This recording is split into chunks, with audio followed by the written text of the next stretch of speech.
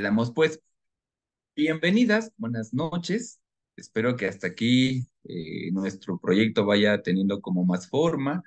Si no, no pasa nada, lo vamos a ir construyendo. Y pues antes de empezar, quiero escuchar cómo vamos con el proyecto que tienen en mente y esos largos, etcétera.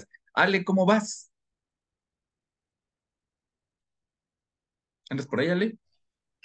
Buenas tardes, sí, Cuéntame, ¿cómo andaba, vas?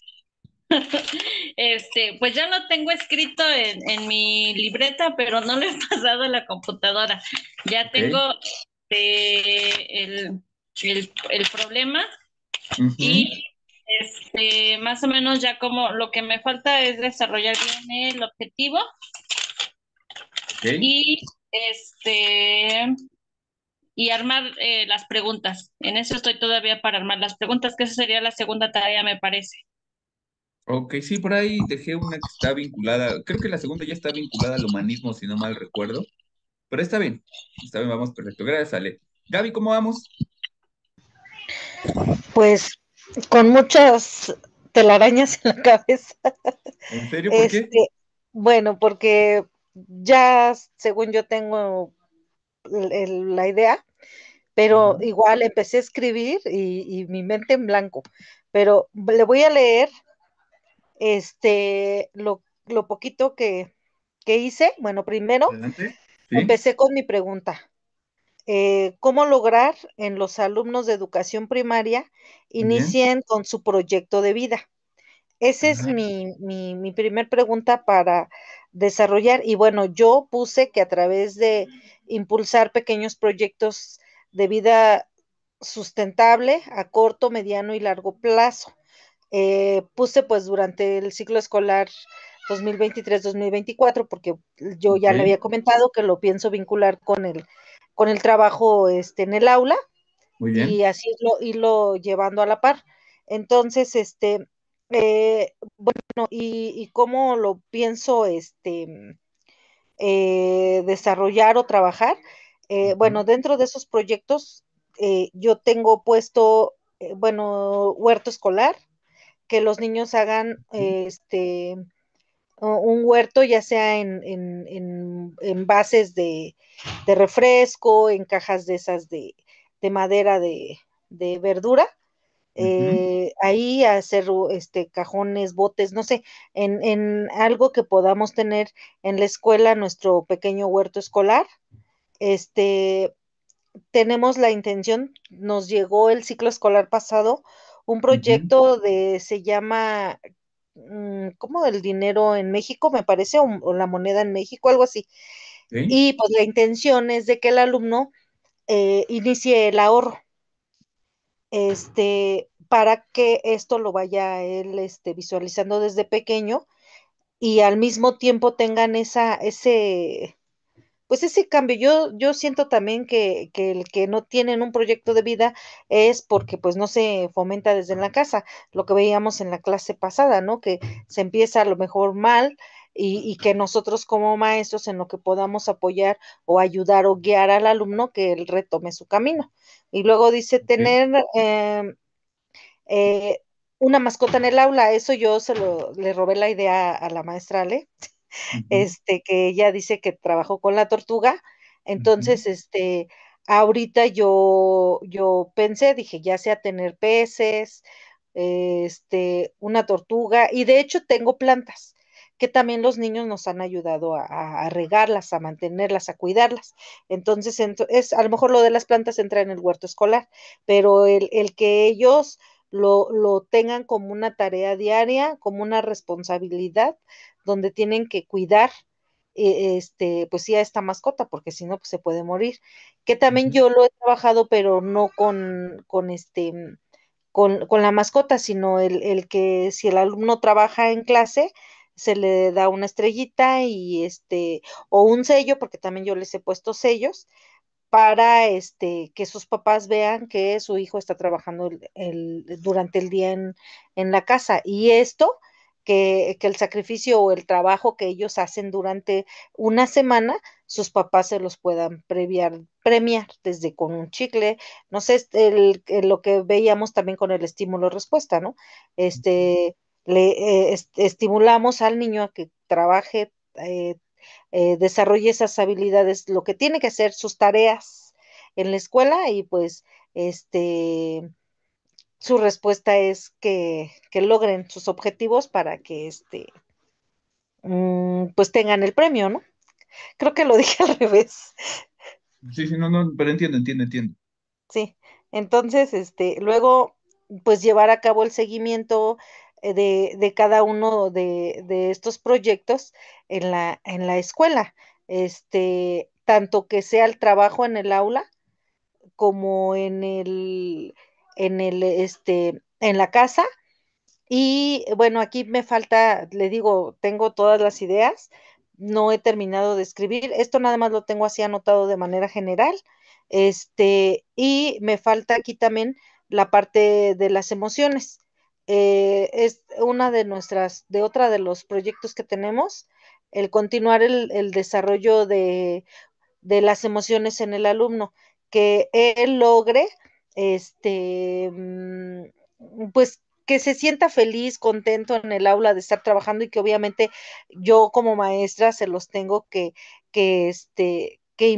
fomentar en ellos, que vean, que lleguen a la escuela con gusto, a aprender, a desarrollar los proyectos que vamos a trabajar en el aula para que pues ellos vayan con esa intención, fomentar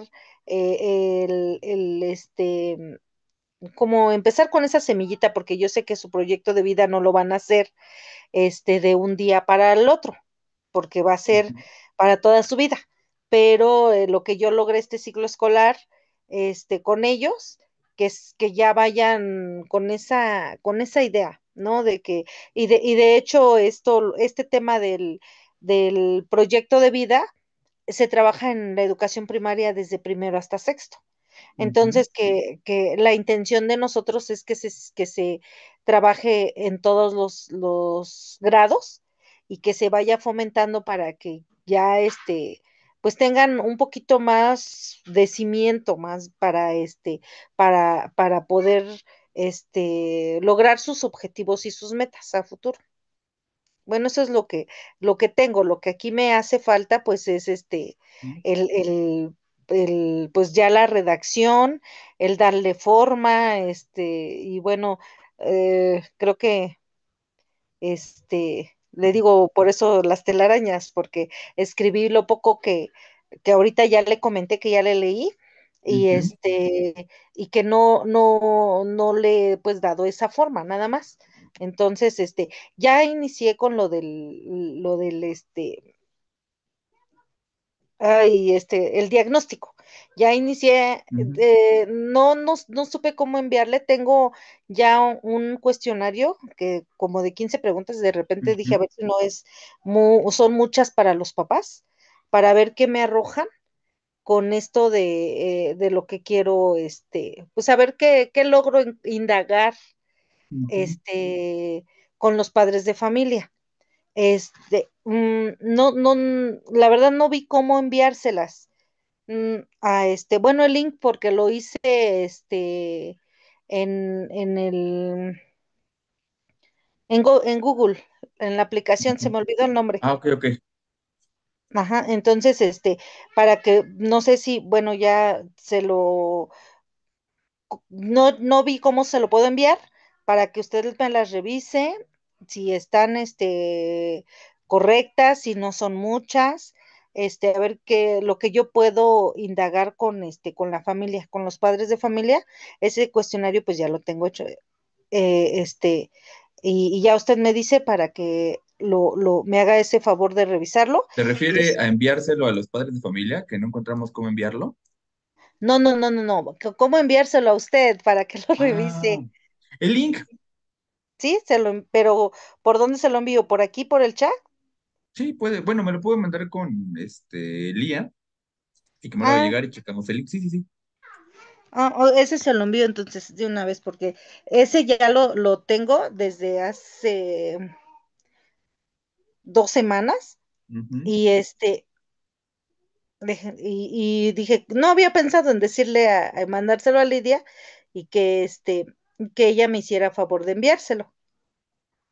pero permítame, se lo envío de una vez para que no, no se me olvide. Y bueno, ya, este link, mm, el ego que es de Google, es para que ya, bueno, ya que usted me diga si está bien, yo ya se lo pueda enviar a los papás y de ahí yo pueda obtener pues más información. Ok, sí. De hecho, normalmente los primeros cuestionarios no son como completos, muy abarcativos, pero nos dan una idea de qué más podemos agregar. Y yo sugeriría, como dijimos en algún momento, que no mandemos el cuestionario todavía a papás de nuestra escuela. Mandémoslos a Mm, papás de otra naturaleza, nada más para ver si la información que estamos obteniendo es la que queremos lograr o si tenemos que agregar más preguntas. Y ya cuando ya lo tengamos mejor hecho, ahora sí, a la población. Pero sí, lo reviso con mucho gusto, Gaby. Muy bien. ¿Algo más, Gaby? No, ya lo envié para que pues ya me haga favor de decir si está bien Ujú, y entonces ya pueda, pues mandárselo a algunos papás ujú. para ver qué me puede servir o qué me puede ayudar para complementar este trabajo. O a lo mejor la idea que tengo de la pregunta no es lo que quiero yo, a lo mejor lo que quiero lograr es a través de otra pregunta, no sé si me entiendan. Ajá, sí, sí, sí. Sí, no, Sí, no te preocupes, Gaby. No te preocupes. Lo vamos a ir haciendo despacio, tú tranquila. Aquí nadie va a reprobar porque tengamos que entregar un trabajo de calidad. Estamos aprendiendo, así que tú tranquila, Gaby. Relájate, no pasa sí, nada. sí, está bien, gracias. Ok, no te preocupes. Muy bien. Excelente. Lidia, ¿cómo vas? Dije, ay, ojalá y no me pregunte. Ah, no es cierto. Échale. Buenas tardes. Pues apenas entrevisté a 6 maestros. Ok. eh, pues nada más fue por WhatsApp porque pues no tengo la posibilidad de verlo. Aún así la entrevisté en físico. Fue el sábado. Ok. Y pues me sorprendí bastante porque no, bueno, de los que he entrevistado, pues no, su estrés no es lo que yo pensaba. Muy bien, por eso preguntamos. Estuvo muy bien hecho eso. Entiendo. Por ejemplo, la entrevista del sábado me arrojó que la falta de vocación, o sea que ella prácticamente está de maestra y se estresa porque no le gusta su trabajo. No me estresan los niños, pero dice, me da de comer, gano bien, estoy cómoda en cuestión, pues dice, con mis hijas tengo un turno y ya en la tarde tengo la libre prácticamente. Entonces, pues yo le puse que sería como falta de vocación. Y eso le provoca estrés, o sea, se estresa porque, pues, dice, en su escuela dice que le exigen, por ejemplo, no tanto eventos, cívicos, pero sí, por ejemplo, dice que haga dulceros, cosas, manualidades que ella dice, "Oh, yo odio eso, y si me estreso, dice, no, no me gusta hacerlo, dice, pero por cumplir, porque pues dice, es mi responsabilidad, dice, lo hago. Y dije, órale, sí me sorprendí porque nunca me imaginé encontrarme así, ¿no? Y otra entrevista que tuve me dijo que sus problemas de pareja, que como su esposa o novia, no sé qué sea, ya no le pregunté bien, más bien él no sabe ni qué es, pero dijo que es muy celosa y que, si por ejemplo, si lo ve platicando, porque es maestra también en la misma escuela, dice, me ocasiona problemas. Eso me estresa el trabajo, estar ahí, porque si me ve platicando con la directora o con una maestra, ella me cela cuando Ujú. sabe que es parte del trabajo Ok. y pues, bueno, lo estresa. Se sintió identificado, profe. Ah, no es cierto. Me sabe, sí, me sabe. Y otro profesor, bueno, pues esa fue una maestra, ya está grande de edad. Bueno, de hecho es mi maestra fue mi maestra en el kinder y la entrevisté por Messenger.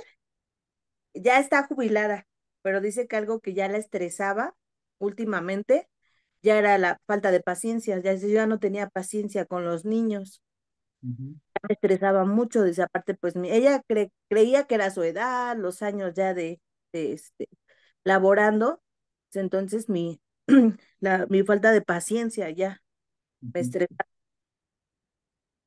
Y otra fue la frustración laboral, que no le reconocen su trabajo, que siempre esta persona da todo por la escuela, por pues sí, dar mejor, ¿cómo se dice? ¿Cómo me dijo? Pues ideas para la educación, proyectos y siempre se los rechazan.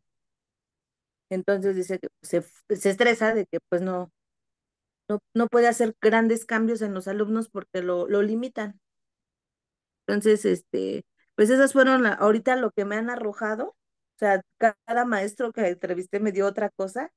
Entonces dije, bueno, voy a seguir, porque pues ahorita ya los maestros ya regresaron a curso, luego ya tengo la oportunidad a lo mejor de entrevistar a otros y empezar ujú. a cuál es su estrés y ver si es lo mismo o alguno tiene algo que ver con lo que ya voy investigando o no, porque pues ya me sacó de la idea que tenía, la idea principal ya cambió Ujú. bastante. No, pero Porque está bien, mi estimada Lidia, porque entonces ya estamos tomando en cuenta el malestar de la gente y no lo que nosotros creíamos. exactamente, sí.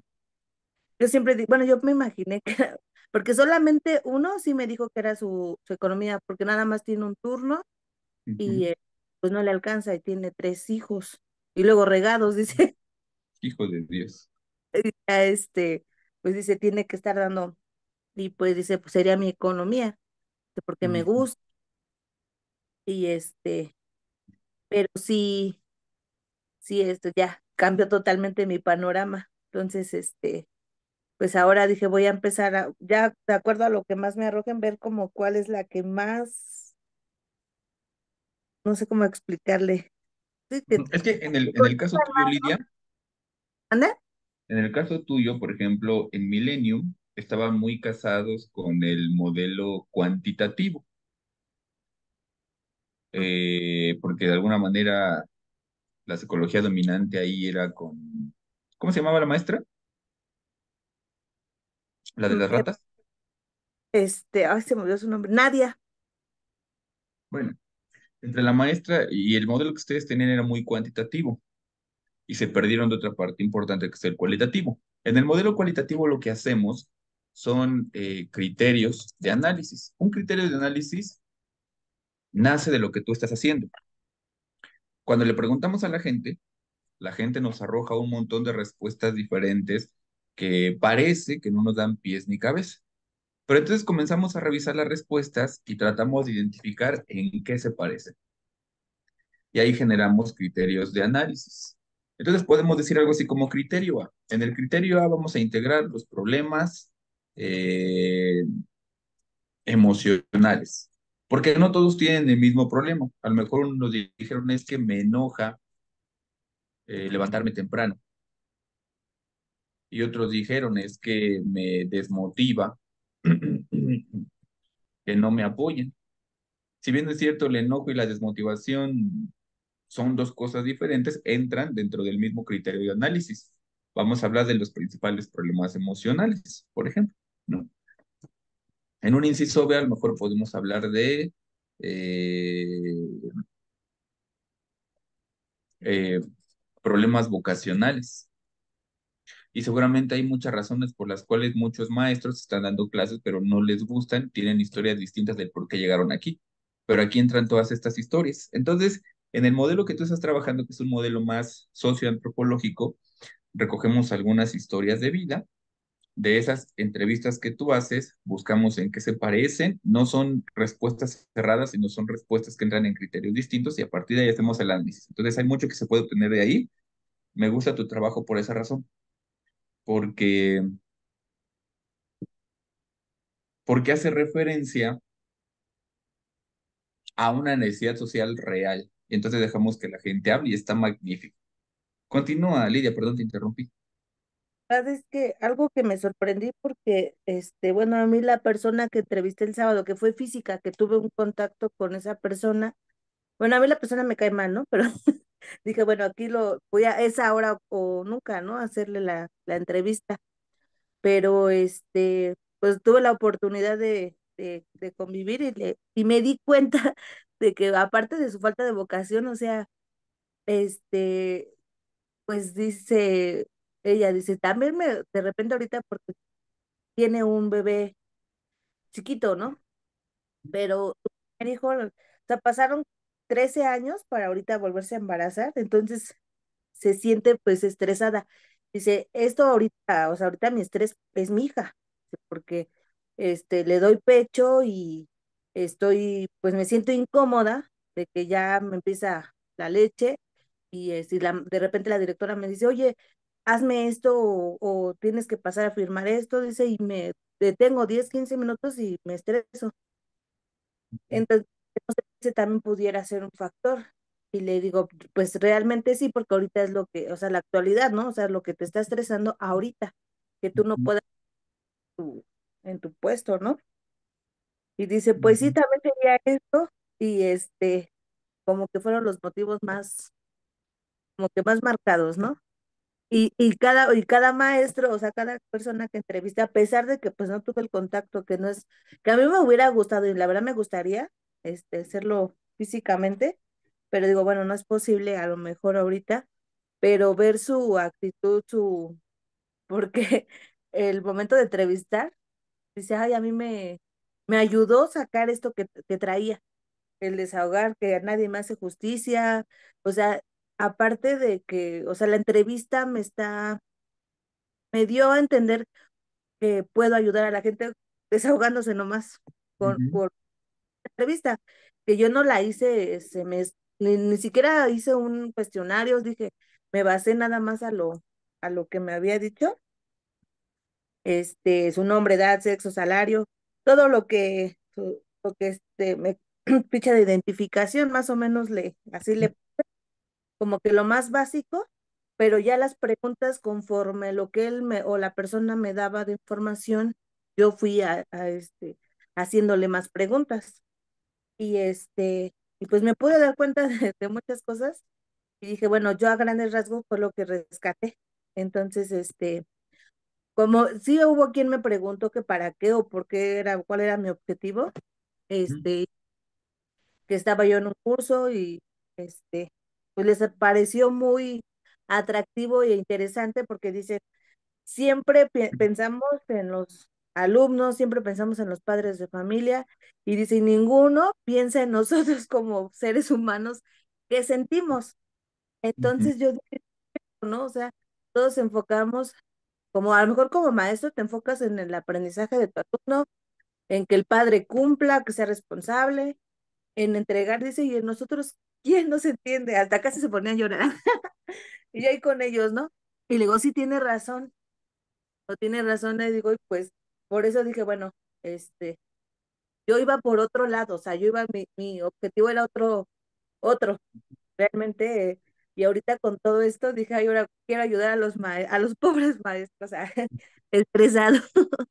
Entonces ya cambió totalmente lo que tenía al principio, con esto, le digo, y a lo mejor entrevistando a más maestros me voy a todo esto y me emociona, me gustó y dije, no, pues sí, ya ya vi por dónde voy, ¿no? Y cuál es mi objetivo, porque pues sí, yo como que sentí que mi idea era hacia como que lo más, o sea, lo que yo sentía, ¿no? Y ahorita como dices, o sea, es lo rico de que son problemas reales. Entonces se van a poder atacar, entonces, y puedo ayudar. Yo quiero el segundo módulo, le digo, este, quiero continuar porque esto, pues ya vi que sí va a haber frutos y realmente lo necesitan. ujú. Y fíjate, mi estimada Liam, que sí hay estudios al respecto. Sí hay estudios, en México no he visto, pero los he visto en Argentina, los he visto en Chile, los he visto en Europa, donde justamente prestaron atención al maestro y a sus necesidades, porque al final de cuentas son parte de los actores de la educación.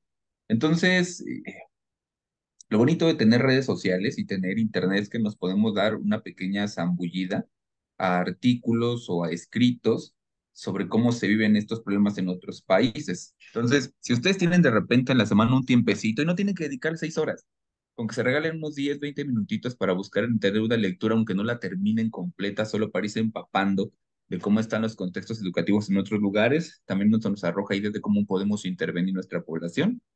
Así que creo que tu trabajo va para bien porque en México efectivamente no hay eh, como política pública o no hay mucha política pública que se centre en el cuidado del maestro.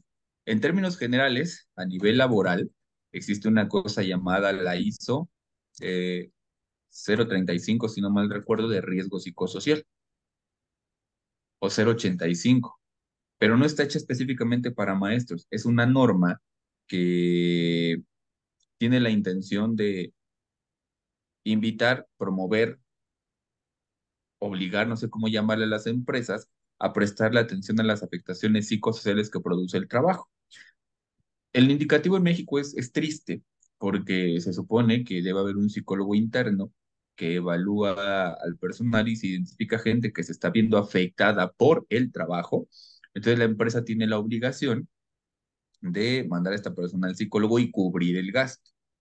Pero si nos vamos a Europa, por ejemplo, nos vamos a Estados Unidos, ellos tienen acceso a un psicólogo al que pueden acceder sin necesidad de tener que estar pasando por una situación de riesgo psicosocial. En México, por ejemplo, hay empresas como Aldo Conti, que lo que busca es establecer convenios de tara, ¿no? Un convenio de tara es que Aldo Conti te dice, bueno, mira, como psicólogo, como institución o como persona, te dice, mira, yo te voy a pagar una cantidad al mes y lo que tú vas a hacer por mí es atenderme a los pacientes que yo te mande. Habrá meses que te mande uno, habrá meses que te mande 30. La tara es siempre vas a recibir este dinero. Trabajas o no trabajas, siempre lo vas a recibir, ¿no? Solamente que en México, por ejemplo, Aldo Conti busca psicólogos en línea que atienda a la gente de todas las sucursales que tiene, la principal está en Guatemala, ¿no? El límite que hay aquí es que solamente se manda a la gente que tiene una necesidad psicosocial, pero en Estados Unidos se manejan taras y entonces las empresas le dan acceso a los trabajadores una vez al mes o 2 veces al mes a una terapia pagada por la empresa, ¿no? Entonces, quizás por ahí usted podría meter política pública, guión política educativa, a nivel académico, donde podamos por ahí presionar o promover la creación de una ley que obligue a las escuelas públicas y si es posible particulares a cubrir un servicio psicológico a sus trabajadores y que además los trabajadores tengan que hacer uso de este de manera obligatoria sin necesidad de tener que recurrir a, bueno, sin necesidad de que tengamos que estar padeciendo un malestar psicológico. Sí se puede, sí es real, pero hay que revisar cómo lo han hecho en otros países. Sí, profe. Bueno, pues de Muy mi bien. parte ya todo, nada más es pues no sé si continúo entrevistando a más maestros o, bueno, nada más llevo 6. Duplique la cantidad nada más para tener un comparativo más grande y ya con ella podremos como empezar a crear un instrumento que abarque al menos los problemas más generales que presentan los maestros. Sí, profe, entonces voy a continuar y hay algo le iba a comentar que la chica, bueno, la muchacha que entrevisté el sábado, bueno, Ujú, ella trabaja ella vive ya a los límites de Cuernavaca, ujú, dijo el pueblo, pero no me acuerdo, pero su escuela pues es provincia ya, ¿no? ajá, Y dice que pues también, bueno, o sea, ya en la plática, la educación, a pesar de que aparentemente es lo mismo, este, ella dice que no, ujú, porque para empezar dice los recursos materiales tardan. Por ejemplo, los libros que llegan de la SEP, dice que a ellos les están llegando casi hasta diciembre. O sea, prácticamente medio ciclo escolar se avientan sin libros. Y bueno, sí me sorprendió porque pues no está así como muy retirado, o no sé, nunca he ido, pero no se me hace como muy, muy lejos, ¿no? Pero dice que ya no sabe el por qué tardan los libros en llegar, este, por ejemplo, sus cursos, ay, ¿cómo se llaman? Sus reuniones que hacen fin de mes, se me olvidó. ¿Consejo técnico? Ajá, su consejo técnico siempre, o sea, hacen actividades como para, pues no sé, dice, cómo sean los consejos técnicos, dice, pero mis consejos técnicos son de ver siempre, como que hacemos un análisis de los alumnos buenos, malos y regulares. Así me lo Ujú, describió. De los alumnos buenos que tengan buena calificación, regulares, quienes necesitan más, a lo mejor que se queden una hora extra o que porque dice que ya estaban queriendo abrir la escuela en sábado para los alumnos de rezago. Entonces, eso es su consejo técnico de cada mes, ver qué alumnos avanzaron, qué alumnos no avanzaron y ya, o sea, no hay, dice, por ejemplo, yo quisiera prepararme, dice, no me gusta, este, mi, pero pues sí quisiera mi carrera, porque así dijo, y ujú, de hecho que, o sea, me metió mi esposo de maestra, dice, pero sí me gustaría pues que nos prepararme, saber cómo lidiar con una persona. Por ejemplo, dice que ella no sabe detectar a problemas de aprendizaje si el niño tiene falta de, es que me mencionó varios problemas de ujú, aprendizaje. No sabe si un niño es disléxico, si sufre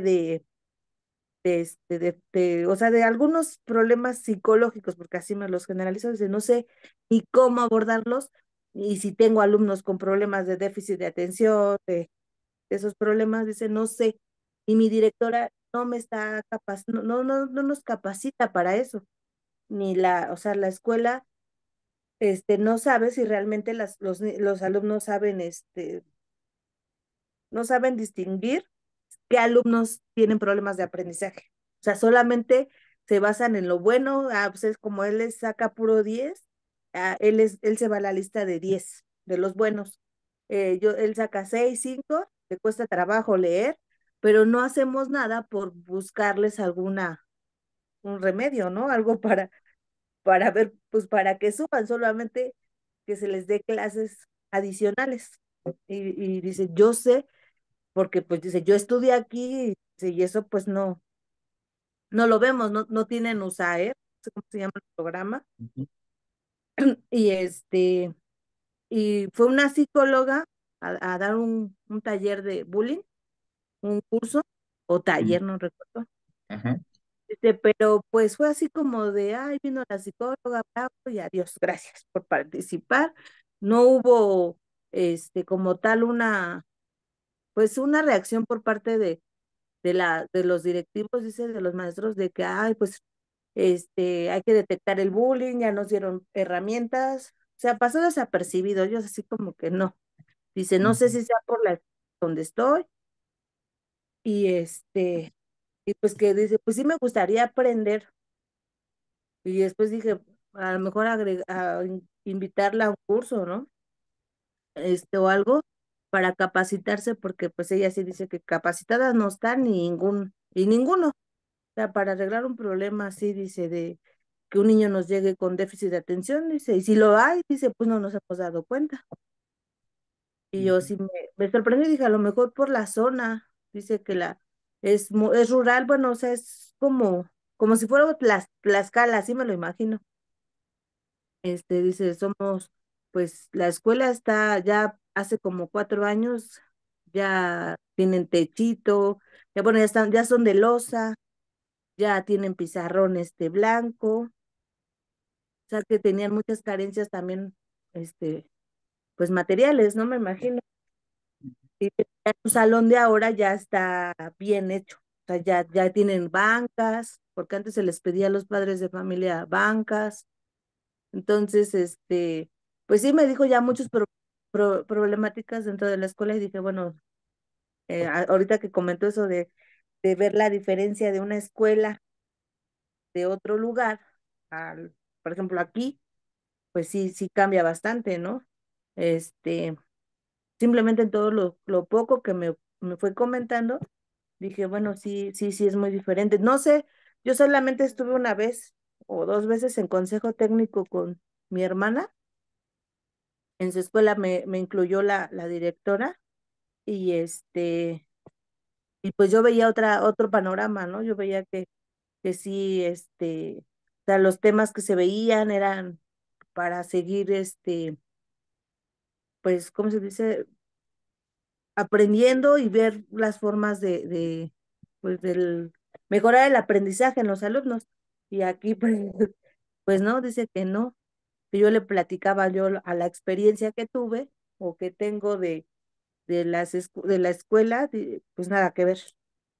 Y también dice, pues no sé, hasta se sorprendió la entrevista que le hice. Así como que, ¿existe eso? Ah. Ujú.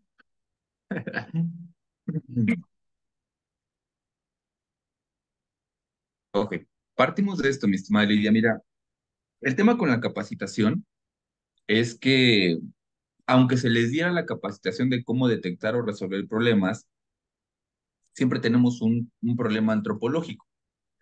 ¿Qué es el problema antropológico? Ya lo hemos hablado. Es básicamente que esa situación general, a la que le vamos, general, vamos a suponer que en este caso la situación general es que el niño tiene problemas de lectura.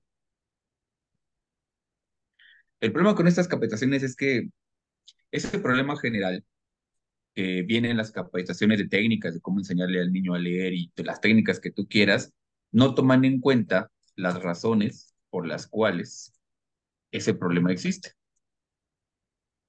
Y si no tenemos en cuenta las razones por las cuales ese problema existe, cualquier intervención que hagamos pasa desapercibida, porque a final de cuentas no describe el problema y no ataca el problema que tenemos en ese contexto. Por ejemplo, Aguascalientes. En Aguascalientes es muy raro, muy raro, muy raro que alguien termine la universidad. En la universidad, por ejemplo, y pongo un ejemplo, en la Universidad Autónoma de Aguascalientes les cobra 1,200 pesos de inscripción mensual siendo pública. En la preparatoria se les cobra 700 pesos. En la secundaria y en la primaria también hay una cuota. Cuando tú entrevistas a las personas y les preguntas cuál es la razón o cuáles son las razones por las que no terminaron la escuela, un común denominador es esto, es que no pudimos costear la escuela porque no solamente eran útiles, sino también eran las aportaciones.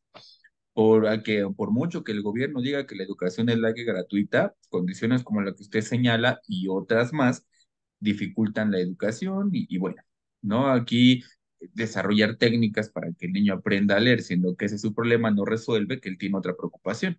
En Aguascalientes muchos decían es que yo abandoné la escuela porque pues me tenía que meter a estudiar, no perdón, a estudiar a trabajar. Y en este meterme a trabajar era más importante aprenderme los precios, aprender a escribir lo básico para resolver el problema, ¿no? Entonces, o tuve que dejar de estudiar porque mi hermanito menor tenía que mínimo acabar la primaria, cosa que yo ya tenía, o las mujeres tuvimos que dejar de estudiar porque le depositamos la fe en el hermano que al final no pudo acabar la escuela. Entonces, el detalle ahí es que las capacitaciones pueden ser muy buenas, pueden tener muy buen material, pero si no atacan el problema que hay ahí, no sirve. Entonces, actividades como las que ustedes están haciendo tienen esta intención, de que antes de empezar a lanzar eh, soluciones, queremos conocer lo que produce el problema, ¿no? Ya lo habíamos platicado. Normalmente nosotros estamos habituados a detectar un problema y automáticamente, y esto es más un enfoque conductista, desarrollar técnicas de intervención del problema. Pero normalmente estas técnicas de intervención son superficiales o son sintomáticas. Sintomáticas quiere decir que solamente ataco lo que se ve, más atacar lo que se ve no resuelve lo que no se ve. Y a veces puede resultar perjudicial. Entonces, esa es como la dificultad que tenemos y efectivamente los contextos son importantes.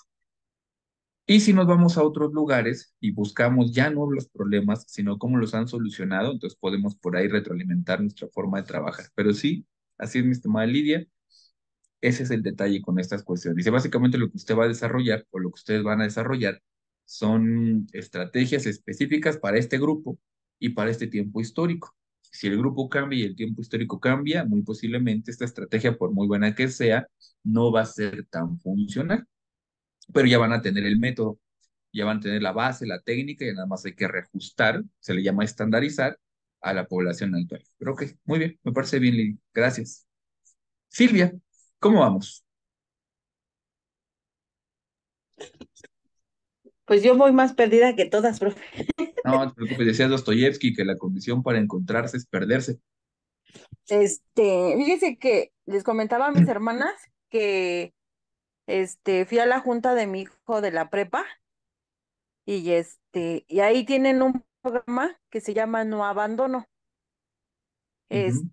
Hacen talleres, por lo que me dijo la licenciada, hacen talleres de todo, taller para acá, taller para allá. Entonces, pero no les ha funcionado porque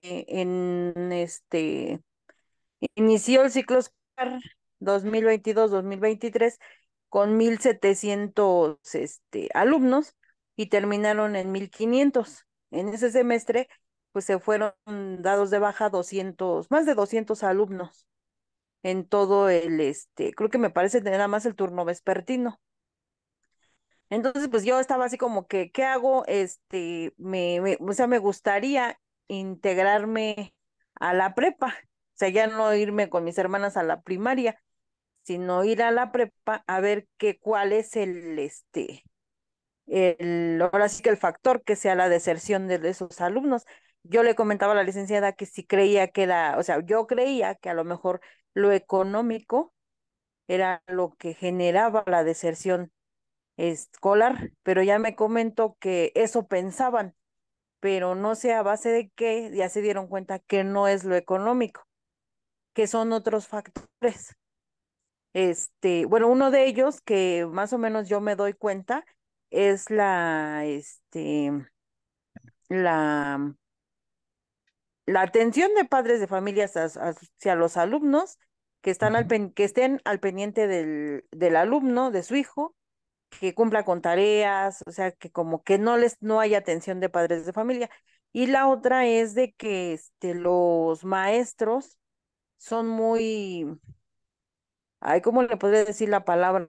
Déspotas o muy, no sé, no hay interacción entre alumno-maestro, sino que ahí muchos padres de familia se quejaban de las actitudes de los maestros, que son muy groseros con los alumnos. Entonces, que los muchos alumnos pues ya no entregaban trabajos, ya no entregaban tareas, por lo mismo del miedo, que les daba miedo la reacción de cada maestro.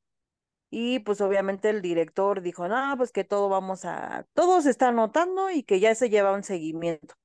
Pero la junta pasada dijeron lo mismo, entonces en este semestre pues no hicieron nada. Entonces ya así como que yo me quedé así de que, ¿qué hago? Me gustaría integrarme, pero no sé, a la vez no sé qué me da. Soy muy cobarde Ah, no se para, preocupe, va a agarrar valor aquí. sí, sí como que, no sé, tengo la idea, no sé, bueno, que si yo quisiera, pues puedo ir a hablar con la directora de la prepa y por la licenciada que lleva el grupo a cargo, me dijo que por ella no hay problema, que ella sí le gustaría que me integrara y que para ver alguna solución, porque ellos no han encontrado ninguna, pues ninguna solución o algo que sea menos alumnos de deserción escolar. Ok. Fíjate que en ese sentido, mi estimada Silvia, eh, quizás tu investigación es más de enfoque organizacional. Eso que tú comentas no solo sucede en las escuelas, sucede en muchas empresas. Por ejemplo, PGR, bueno, FGR, ¿no? Y las empresas de seguridad. Lo que sucede con las empresas de seguridad es que de repente, pues están preocupadas por encontrar, por endurecer sus sistemas de contratación, ¿no? Con la intención de encontrar un modelo de evaluación de los candidatos que sea garantía de que van a realizar un buen trabajo. Y ellos se encuentran mucho con el problema de que, pues es que cuando los evaluamos son confiables, ¿no? Y ya que están trabajando en la institución, pues se vuelven un problema. La hipótesis es que muy posiblemente los sistemas de evaluación que están utilizando no están funcionando. Y no siempre es así. Cuando revisamos la literatura de las grandes empresas japonesas y estadounidenses, nos encontramos con que estos autores dicen que a final de cuentas, si tú tienes un trabajador que está realizando el problema, no está, o no completamente en el trabajador, porque al final de cuentas el trabajador llega a un lugar y simple y sencillamente se adapta al lugar. Es decir, hay algo en este espacio que está produciendo el malestar. Mientras la empresa, y en este caso la escuela, no le presta atención al contexto, la culpa va a recaer sobre el maestro y podemos estar corriendo maestros. En este sentido, por ejemplo, por ahí escribía, podríamos investigar quién fue el último maestro que entró a esa escuela y preguntar si es posible o revisar en los antecedentes cómo empezó a trabajar el maestro cuando llegó. Si el maestro desde que entró ya era malo o más bien sobre el camino se fue haciendo malo. Si se fue haciendo malo sobre el camino, el problema está en la escuela. Y usted se mete con un problema más grande, preparatorio. ¿A qué me refiero con un problema más grande? Bueno, de entrada, estamos recibiendo a un joven que viene con los déficits o con las fortalezas que se desarrollaron en momentos previos de la formación. Por tanto, si este niño no fue bien educado en la primaria ni en la secundaria y los padres no contribuyeron, el joven llega con muchas deficiencias. Eh, Estas deficiencias podrían venir acompañadas no solo por deficiencias cognitivas, sino también deficiencias humorísticas. ¿A qué me refiero?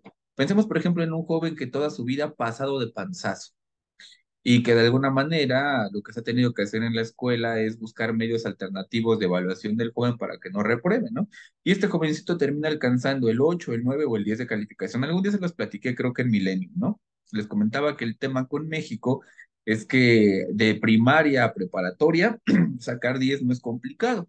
Si tú entregas tus apuntes, tienes un punto. Si tú vas a tus clases, tienes un punto. Si participas, tienes un punto. Si compras el libro del profe, tienes un punto. Si donas un pinche pan a la ofrenda, tienes un punto. Al final, el joven puede juntar 8 puntos. Presenta un examen, saca 2 de calificación y tiene el 10. Entonces, aquí tenemos una suerte de deficiencias. Estamos hipotetizando. Un joven que no es buen alumno tiene dos problemas. Uno, tiene déficits académicos. Ese es el primero. Pero este joven no es tonto y sabe que tiene déficits académicos. Al final también está consciente de que la forma en la que consigue la calificación no es presentando exámenes. Por tanto, hay un segundo problema. Hay un problema de autopercepción. Muy posiblemente se trata de jovencitos que son hostiles cuando sacamos a relucir sus deficiencias. Y estas deficiencias salen a relucir cuando el maestro es estricto, porque el maestro estricto no se permite como ser engañado por estas actividades de puntos extra. Entonces al niño comienzas a pegarle en el autoestima que de por sí ya viene hostil porque toda su vida lo han tratado como tonto, ¿no? Tenemos, por ejemplo, un detalle, si hablamos de los alumnos, ¿no? Entonces recibimos un alumno en ciertas condiciones. Y no existe un examen diagnóstico, hasta donde yo sé, o una escuela que haga un examen diagnóstico que nos permita conocer las condiciones con las que viene nuestro alumno. Por ejemplo, aquí en la hermana República de Valle de Chalco, antes, ahora ya no, se hacía un examen para ingresar a ciertas secundarias. Las secundarias prestigiosas en Valle de Chalco te hacían un examen y al final se quedaban con los mejores alumnos. Yo estudié en esa secundaria. Cuando tuve el gusto de platicar con los que fueron mis maestros, que algunos de ellos llegaron a volverse administrativos importantes, me comentaron que el detalle en Valle de Chalco es que ellos hacían un examen de admisión y que el común denominador de los alumnos que eran aceptados en la escuela, a lo mucho, sacaban 5 de calificación. Extraordinariamente había personas que sacaban del 5 para arriba, por tanto ellos solamente aceptaban a personas que en el examen de admisión sacaban 5. Todos los demás no eran bienvenidos. Entonces, el principio de ellos o era que pues si este alumno sacó 5, o al menos alcanzó a sacar 5, aquí tenemos dos cosas. Una, el alumno debe tener alguna capacidad. Y dos, el alumno quizás cuenta con el apoyo de una familia o de alguien que lo mantiene alineado, ¿no? Y fíjense, 5 de calificación para poderte quedar en una señora escuela. No sé si el día de hoy, y hablamos de la prepa, Silvia, existe algún método de identificación o de evaluación que nos permita saber cuáles son las habilidades del joven. Y se pone peor cuando llegan a la universidad. Muchos jóvenes no entran a la universidad pública porque no tienen habilidades para la pública. A esto le sumamos que hay pocos lugares. Y se meten a la particular para tener acceso a la educación. Y luego en la particular batallan porque no leen, y si leen, leen mal, y en caso de leer bien, a lo mejor no comprenden, y ahí tenemos una suerte de cosas que de repente la escuela particular, pues tiene, los maestros de la escuela particular tienen que corregir, que no se corrigen, porque al final de cuentas son clientes. Entonces la universidad, y esto lo hacía Millennium, buscaba la manera de suavizar las clases y la evaluación del alumno para que el alumno se titulara, ¿no? Se conseguía un título, sí, pero no se corregían los déficits. Y en este sentido, por ejemplo, encontramos en psicología educativa un autor de apellido Taylor, Tyler, Tyler. A Tyler le debemos los modelos evaluativos modernos. Resulta que antes de Tyler, la evaluación que se hacía del avance del alumno era de carácter subjetivo. Es decir, lo observamos y nos damos cuenta que algo está aprendiendo y sí, por lógica sí. Tú metes a un chamaco un año a matemáticas y no entra como salió. Si entró no sabiendo sumar, al menos va a saber sumar. Quizás no aprendió todo el temario, pero aprendió una habilidad. Entonces, cuando Tyler entrevistaba a los maestros de primaria, a ver, cuando Tyler entrevistaba a aquellos maestros que habían tenido en la primaria a un alumno que ya había logrado graduarse de la universidad, los maestros decían, yo estoy maravillado porque entonces nuestro sistema educativo funcionó, ya que cuando yo lo tuve no era muy buen alumno, pero miren, acabó la escuela. ¿Sabe más de lo que sabía en aquel entonces? Pues sí, cuando entró a la primaria tenía 6 años. Obvio que en este chinguerísimo de años que lleva estudiando algo, se le tuvo que haber pegado y alguna vez lo preguntamos aquí, ¿no? Yo les comentaba, bueno, de todas las libretas que ustedes llenaron a mano, de todos los exámenes que hicieron, de todos los trabajos que presentaron, de ese 100% de conocimientos que llegaron a sus manos, ¿cuánto recuerdan hoy? ¿O cuánto capturaron hoy? Y de repente por ahí tenemos algunos datos de cosas que vimos en la primaria, pero no se acercan al 10% de todo lo que aprendimos en la escuela o de todo lo que se nos enseñó. Por tanto, Tyler dijo, pues sí, la educación es engañosa, porque el niño entra sabiendo nada y termina la universidad sabiendo algo, pero eso que sabe no se corresponde con el 100% de los contenidos educativos que el alumno adquirió. Así que Tyler decide desarrollar los modelos evaluativos y en ese sentido, él empieza a observar y acercarse a bibliografía para checar cuáles eran las habilidades académicas que tenía un alumno al entrar y otro al salir. Y él nos regala un modelo muy sencillo que con el tiempo se fue complejando, ¿no? Él nos dice que toda evaluación debe tener 3 momentos. La primera es la diagnóstica. Y la diagnóstica es para saber no solo qué es lo que sabe el alumno, sino en dónde tiene las deficiencias. Porque esta evaluación diagnóstica nos permite hacer modificaciones sobre la planeación. Y en México no hacemos eso. En México luego nos salen con la chingadera de que una vez que tienes la planeación tienes que seguirla, ¿no? Y nosotros nos hemos encontrado como maestros que hay grupos que responden muy bien a esa planeación y la superamos, que a veces tenemos que aburrirlos con otras cosas porque hay que cumplir la planeación. No hay papás que se quejan, es que el maestro les enseña más, pues sí, qué bueno, ¿no? Pero hay papás que se quejan. O tenemos el problema contrario, que por alguna razón este grupo no alcanza los mínimos esperados para esta planeación, ¿no? Entonces Tyler decía, hay que hacer un diagnóstico. Ya tenemos una planeación, pero una planeación es como si estuviéramos generando una receta para un enfermo que no hemos atendido, pero que creemos saber cuál es el problema. Ya una vez que lo diagnosticamos, podemos modificar esa receta. El segundo momento de la evaluación es la evaluación, ay, no recuerdo cómo se le llama. Le vamos a llamar intermedio, que es estar identificando si lo que hacemos en la clase, en el aula, si nuestras actividades y todo lo que estamos generando, produciendo, porque le llamaron productos en algún momento del camino, si todos estos productos que estamos generando están funcionando. ¿Cómo nos damos cuenta que están funcionando? Porque se supone que nosotros en nuestra planeación pusimos objetivos y pusimos competencias, ¿no? Entonces dijimos, objetivo, que el alumno aprenda la tabla del 5. Ese es el objetivo. Competencia, que el niño aprenda a convivir con su grupo. Porque en mi planeación yo los puse a practicar la tabla del 5 en equipos de 3 personas, para que se cumpla el objetivo de memorizarte la tabla y la competencia, de que aprendan entre ellos a llevarse bien, a discutir, ¿no? Entonces, en esta evaluación intermedia yo me voy a dar cuenta si mi actividad rectora o si mi actividad propuesta en la planeación está funcionando. Si no está funcionando, porque ya tengo un examen diagnóstico, si no está funcionando, entonces puedo volver, se supone, a generar modificaciones a la planeación. Y por último, viene la evaluación sumativa, que básicamente es la obtención de una calificación final. ¿Por qué propone esto Tyler? Porque antes de la propuesta de Tyler solamente contábamos, en el mejor de los casos, con una evaluación diagnóstica. En el mejor de los casos contábamos con esto, saber quién era el alumno.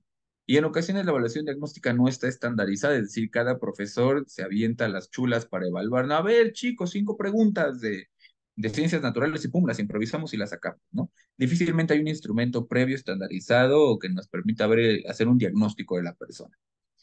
Y la segunda evaluación era sumativa. El problema de este modelo es que la evaluación sumativa es la que generamos al final, ¿no? Del curso escolar. ¿Cuál es el problema? Que si el alumno sacó 6, ya no podemos hacer nada al respecto. A lo mejor mejoramos la planeación para el grupo que sigue, pero a este ya lo mandamos deficiente. Y a partir de estas indicaciones de Tyler hay un montón de formas de evaluar, pero la básica es esta. Entonces, a partir de esta propuesta diagnóstica intermedia y sumativa, es que se empiezan a generar los nuevos sistemas de evaluación del alumno. Y hay por ahí una serie de herramientas interesantes, ¿no? Hay evaluaciones que dependen del maestro y hay evaluaciones que dependen del mismo alumno, y la sumatoria de estas dos evaluaciones nos permiten saber si funciona o no. Lo mismo hacemos con todo programa de intervención. Diagnosticamos para saber cómo viene la persona, ponemos sobre la mesa nuestra técnica, estrategia, herramienta, curso, taller. Sobre la marcha vamos viendo si está funcionando y al final concluimos. Y si no está funcionando, lo volvemos a corregir. No, bueno, no perdernos de esto, luego regresamos a esto. Volviendo al punto, Silvia, tenemos un problema ahí. El alumno es de preparatoria, dijimos, ¿no? Pero también podría ser que el problema que tiene el maestro, y por eso el maestro tiene esos móditos, son los padres de familia. Y ahora podrían sumarse. Tengo un alumno que tiene un modito de ser que me quiebra, ¿no? Me quiebra mi situación personal, emocional. Luego tengo un padre que viene y nutre eso, ¿no? Un padre que no viene a juntas, que no apoya, que es grosero, que me da el avión, que me culpa. Bueno, ya tenemos una segunda razón para ser maestros con malos moditos. A esto le podemos sumar quizás la cultura organizacional. Un elemento común en la educación es que en algunos niveles educativos se habla de libertad de cátedra, pero ya en la práctica no puedes hacer esto, no puedes hacer esto, no puedes hacer esto, no puedes hacer esto porque no está permitido por las autoridades o porque no hay el recurso, ¿no? Porque hay escuelas que son muy tradicionales y están más preocupadas porque cumplas con los aspectos administrativos y te están chingue y chingue con eso. O hay escuelas muy laxas que le piden al maestro que haga bien su trabajo, pero no le dejan ser disciplinado con sus alumnos porque es violencia. Tenemos aquí una suerte de... Y a esto le sumamos lo que dijo Lidia, que es un campo muy abandonado, el maestro mismo, el maestro y su circunstancia. Entonces, lo que nos dice Silvia es que la gente se queja del maestro. A esto le llamamos síntoma. Estamos señalando solamente la punta del iceberg.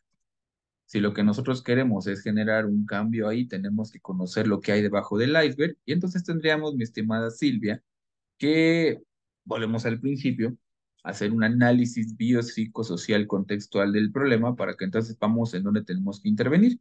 Porque en este caso, por ejemplo, muchas escuelas o muchas empresas se las ingeniarían despidiendo al maestro, por ejemplo, ¿no? ¿Qué es lo que pasa en las particulares?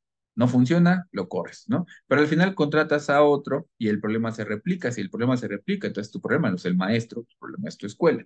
Otra forma es señalando al maestro de enfermo mental, pues si lo queremos llamar así, y lo mandamos a que busque ayuda médica, psicológica, psiquiátrica, ¿no? Entonces, todo esto recae sobre programas correctivos, el maestro, pero aún nos preguntamos qué hay detrás, ¿no? Entonces, en ese caso, Silvia, creo que si te avientas el paquete no está mal, conviene revisar el contexto y yo te sugiero empezar por la cultura organizacional. Una persona se ajusta al lugar de trabajo en el que está. Si el lugar de trabajo es un lugar de trabajo patológico, el trabajador termina absorbiendo esas patologías aunque no quiera porque son necesarias para sobrevivir. ¿Qué opinas, Silvia? Pues es lo que estaba pensando, profe, porque la verdad sí, soy muy, de que como que me meto mucho en los problemas de los demás y me viene afectando. Ujú. Y pues por los pocos, compañeros de mi hijo que, bueno, de la escuela, pocos, alumnos que platiqué con ellos, que mi hijo se asombran que en 5 minutos ya hice un montón de amigas, este, pues sí, como que me gana más el sentimiento. Entonces, pues sí, por eso digo, la estaba pensando, pero pues mejor si no me quedo al nivel primaria y pues vuelvo ahora sí que me regreso a donde estaba. Donde te metas, Silvia, al final vas a enfrentarte a un reto. Pues sí, Sí, no te preocupes. Donde tú lo quieras hacer, repito, lo hagas en primaria, lo hagas en prepa, lo importante es que tengas el método, la técnica para saber cómo diagnosticar y cómo intervenir. Y el diagnóstico es eso que ustedes han estado haciendo. ¿Qué veo? Lo primero es semiología, ¿no? Vamos a esto. Vamos a hablar de diagnóstico, aunque no sería como lo adecuado, porque el diagnóstico es un concepto que viene del área médica, pero lo vamos a utilizar nada más por practicidad, ¿no? Un diagnóstico implica conocer a qué nos enfrentamos. En lenguaje médico, una enfermedad está compuesta de signos y está compuesta de síntomas. Un signo es lo que vemos, que se asocia con un problema. Y un síntoma es lo que no vemos, pero nos lo informa el paciente. A nivel médico, por ejemplo, un signo es que yo le toco la frente al paciente y siento la frente caliente. Mis sentidos pueden detectarlo. Un síntoma es que la persona me dice siento el cuerpo cortado, es algo que yo no puedo ver, ¿no? A nivel social, por ejemplo, un signo es el problema que yo veo. Un signo es cuando ustedes me dicen, bueno, es que en esta escuela, no, en esta escuela los maestros están de mal humor. Si dejamos que el pensamiento fluya por orden natural, caeríamos en el prejuicio de decir pinches maestros, ¿no? Mal vibrados, enojones. Eso es un signo, lo que vemos. Vemos que no hay apoyo económico o no hay apoyo por parte de las autoridades. Y decimos pinches autoridades gachas. Vemos que no hay compromiso por parte de los padres. Entonces podemos decir pinches padres poco comprometidos. Esto es un signo. El síntoma es lo que no vemos, pero que está ahí y que a veces ni siquiera la misma persona lo identifica. Pero nosotros desarrollamos como cierta capacidad para entrevistar, escuchar lo que la persona dice y de ahí identificar el factor que la persona misma no identifica, que es un síntoma. A lo mejor el trabajo. La persona diría, no, pero es que el trabajo no es un problema porque tengo trabajo y gano bien. Ah, ok, pero detrás del trabajo hay una serie de cosas que no has tomado en cuenta. no descansas bien, no comes a tus horas, aunque tienes el dinero para comer bien, no comes a tus horas, eh, no ahorras, por ejemplo, y tienes deudas. Y uno diría, pero es que esto no tiene nada que ver con el problema de la escuela, no directamente, pero componen la estructura del problema, ¿no? Entonces, bueno, en un diagnóstico nosotros queremos saber a qué nos enfrentamos, signos y síntomas. La suma de los signos y los síntomas componen un síndrome. Y entonces ya sabemos qué es esto. Ahora, un diagnóstico tiene 4 momentos. Al primer diagnóstico le llamamos diagnóstico semiológico. Un diagnóstico semiológico no es otra cosa más que eh, describir y expresar un problema partiendo de mi propia percepción. Es decir, pues a ojo de buen cubero, que fue lo que hizo Lidia y lo que hicieron ustedes. Es que yo creo que el problema es este, ¿no? Yo estoy viendo la situación y creo que el problema está siendo generado por esto. Entonces, un diagnóstico es decir a la persona, esto es lo que tú haces y es por esta razón. Lo primero es un diagnóstico semiológico. El diagnóstico semiológico es lo que yo creo. Y lo que yo creo es un punto de partida para preguntar, para investigar, para identificar situaciones. Y esta me va a ayudar a darme cuenta si la persona sí tiene los problemas que yo pienso, no los tiene, o qué otras situaciones que yo no he contemplado el paciente me informa. En este caso, la escuela. Entonces, lo primero es el diagnóstico semiológico. Ya que tenemos, el diagnóstico semiológico nos sirve, perdón, para, como guía de sondeo. Es decir, yo creo que en esta escuela el problema es que las autoridades son bien groseras. Eso pienso yo. Entonces voy y pregunto, oye, ¿son groseros contigo? ¿Y cómo es esa grosería? ¿Cuánto tiempo dura? ¿Quién te la hace? ¿Cómo la hace? ¿Qué manera te afecta? ¿No? Podemos darnos cuenta que sí o que no, y esto nos va orientando sobre la característica del problema. El segundo tipo de diagnóstico se le llama diagnóstico contextual. Diagnóstico contextual es qué cosas te están ocurriendo en este momento en específico que, inciso A, generan el problema. Inciso B, lo perpetúan. Inciso C, lo agravan. Eso es un diagnóstico contextual.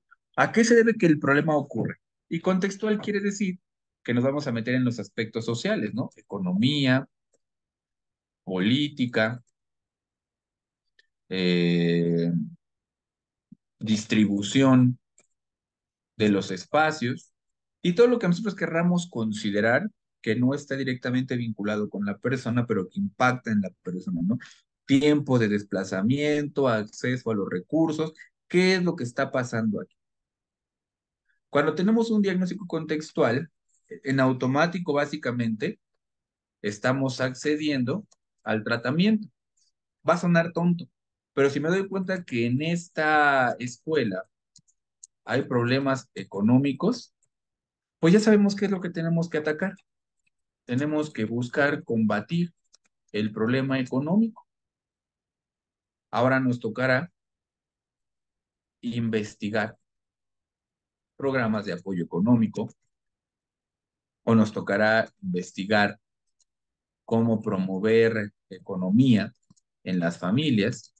Es decir, ya nos tocará a nosotros saber cómo vamos a gestionar este asunto, ¿no? Ah, ok. Ya me di cuenta que en esta escuela hay problemas de convivencia. Esto es el diagnóstico contextual. ¿Por qué la gente no convive? Porque en los consejos técnicos, la jefa se enoja de que los maestros disfruten y se relajen. Nos damos cuenta que el maestro no quiere ir porque no lo dice. No lo dice, es que a mí no me gustan los pinches consejos técnicos porque nada más te están regañ y regañ, te están pendejí pendeje, eh, nos echan a pelear, te van señalando cuál es el problema en el diagnóstico contextual, qué está pasando, ¿no? Llegamos tarde, salimos tarde, llegamos temprano, perdemos el día, nos hablan de cuáles son las situaciones que hay alrededor del problema y en automático ya sabemos qué es lo que tenemos que resolver, ¿no? Bueno, el siguiente diagnóstico le llamamos diagnóstico sintomático, que en clínica más bien le llaman de los mecanismos de defensa. ¿Qué es esto? Este diagnóstico sintomático es que el que observa identifica tres cosas. Uno, ¿cuál es la situación o factor que produce el malestar? Número dos, ¿cuál es la conducta? Y entendamos por conducta lo que hace la persona, dice, siente o piensa. Entiéndase también que también puede ser lo que no hace, piensa, dice o siente la persona. ¿Qué es lo que en alguna clase llamamos conductas enganche? Normalmente cuando hay algo que nos produce malestar, las personas reaccionamos. Entonces queremos saber de qué manera reacciona la persona frente a esta situación o problema. Esta forma de reaccionar, ya lo habíamos platicado en el conductismo, tiene tres beneficios. El primer beneficio es que me ayuda a sentirme mejor. El segundo beneficio es que me ayuda a sentirme menos mal. Y en el mejor de los casos, me resuelve el problema. Entonces, si en un consejo técnico, por ejemplo, alguien está hablando para dar una información importante y pregunta dudas, preguntas, algo que gusten agregar y todo el mundo dice que no, ahí tenemos algo que salta la atención, porque hay una situación que está generando malestar. ¿Cómo está respondiendo el grupo? Está respondiendo o no respondiendo, porque saben que si levantan la mano y preguntan, se vuelve más odioso y más fastidioso esto, que lo conveniente es quedarte callado y decir que lo entendiste todo para que al final te dejen salir, porque hayas entendido o no hayas entendido, te van a acabar regañando por hacer tu trabajo. Entonces ahí tenemos el diagnóstico sintomático, qué hace la persona y qué consigue cuando hace lo que hace. Y esto lo podemos preguntar directamente a la persona. Y el siguiente es el diagnóstico nosológico. El diagnóstico nosológico es cuando ya nosotros integramos instrumentos de medición. Estos instrumentos miden lo que ustedes quieren identificar: estrés, ansiedad, problemas económicos, problemas de aprendizaje, pero ya son instrumentos que nos van a dar una medición confiable. Entonces, el diagnóstico nosológico está integrado por estos instrumentos de medición, está integrado por literatura que nos dice cómo se llama el problema que encontramos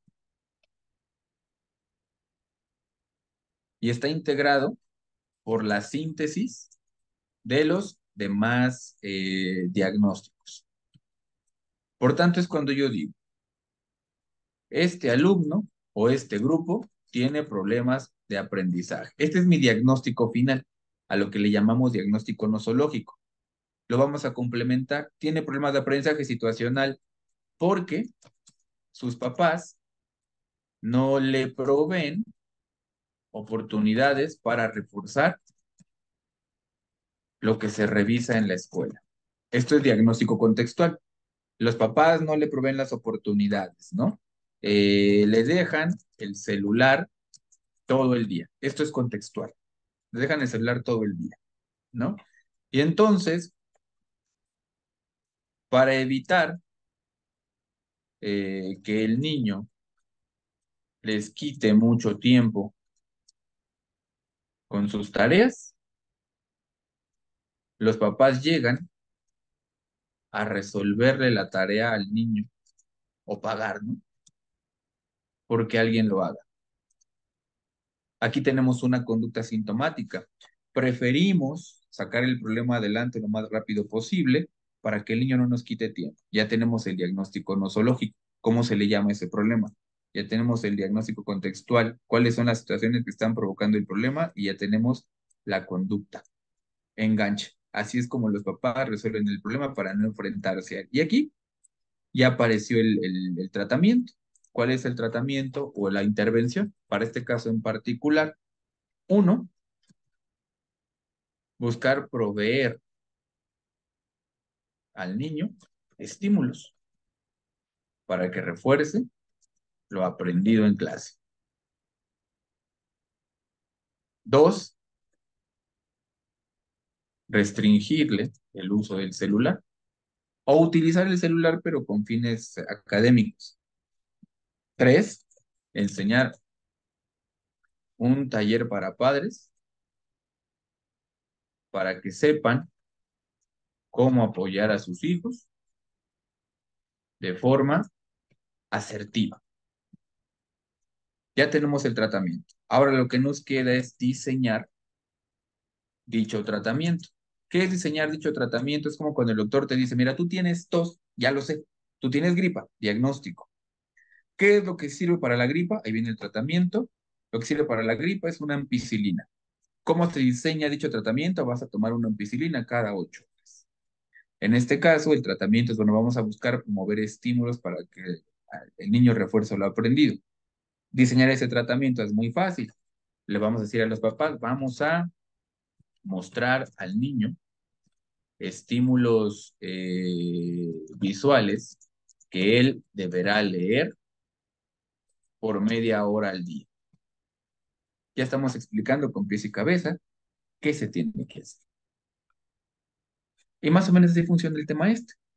Entonces, conocer la problemática en automático nos da las alternativas de solución, que es el tratamiento, y eso nos lleva al pronóstico. El pronóstico es decir, bueno, con apego a la situación problema y los elementos que la integran, que ya describimos en el tratamiento, podemos decir que este niño tiene elevadas probabilidades de salir adelante, porque cuenta con esto y con esto y con esto. O podemos decir, este niño puede salir adelante, pero va a tener limitaciones como estas. Entonces, de esta manera le avisamos a los papás, al siguiente maestro, que pues ya haciendo el estudio y conociendo la situación, pues de este niño no podemos esperar más que esto. ¿Porque es importante eso? No porque desahuciemos al niño, sino porque también el maestro dirá, bueno, ya me avisaron que con este niño todos los esfuerzos que yo haga tienen un límite, pues entonces no tendría que desesperarme porque no es un mal niño, no es un flojo, no es un huevón, solo su circunstancia no le va a permitir aprender más.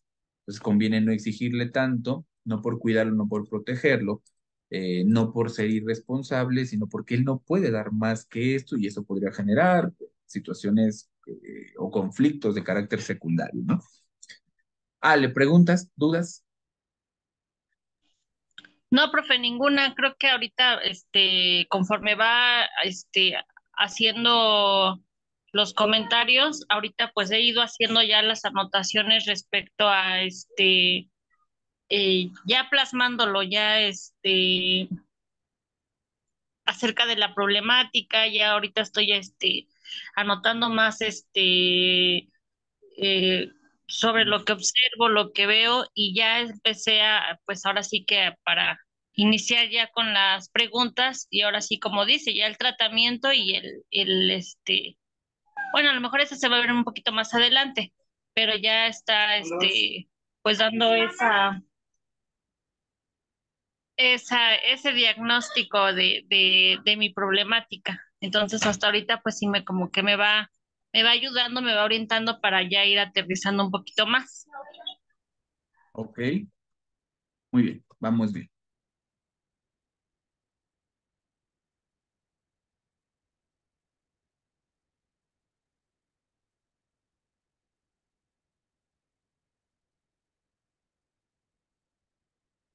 Muy bien, ahí está.